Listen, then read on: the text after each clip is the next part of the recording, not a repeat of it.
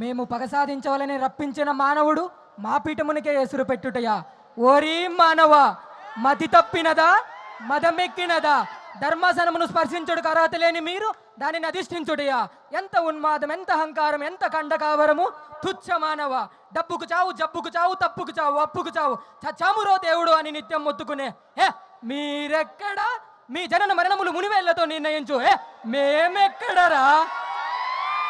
మీ మానవ జాతి అల్పము, స్వల్పము, హేయము, నీచ నీచము. అట్టి నీచ జాతిని జనయించిన నీవు నరకాధిపదవుటయ్యా? అసంభవం. వృధా ప్రయత్నము మాని యమదండనకు సిద్ధము కమ్ము.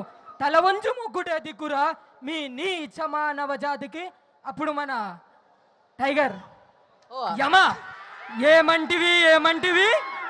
మానవ జాతి నీచమా? ఎంత మాట, ఎంత మాట!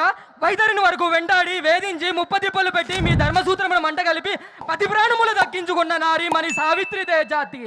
మానవ జాతి తన భక్తితో సాక్షాత్తు ఆ పరమశివుణ్ణి ప్రత్యక్షము గావించి మీ పాశమును సైతం గడ్డిపోచగా నుంచి ప్రాణహరులైన మిమ్ములనే ప్రాణభయంతో పరుగులెత్తించిన పసివాడు మార్కండేయుడదే జాతి. మా నవజాతి నీచమన్న మా జాతి మూలమున ఏనాడో ప్రతిష్ట మూట కట్టుకున్న మీరు నేడు జాతి జాతి అంటూ మమ్ము అవహేళన చేయుటయా? ఎంత వివేకము, ఎంత జ్ఞానం, ఎంత కుసంస్కారం! నేటి నుంచి దేవుడు అధికుడు, నరుడు అన్న కించ భావాన్ని కూకిన వేళ్లతో సైతం పెగిలించవేసదా?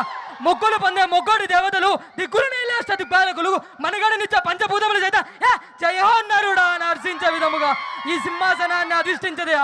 స్వర్ణమణిమయ రత్న ఖచ్చితాలంకృతమైన ఈ సభా మందిరమున అకుంఠిత సేవా దక్ష పరిహార సమూహం మధ్యమున భూతల పరిరక్షణ ధర్మ నిలయమైన ఈ రౌరవమున సర్వదా శతదా సహస్రద పాప పంకిలమైన కుల మత జాతి కూపమును సమూలముగా శాశ్వతముగా ప్రజ్వాలనగా వించదా?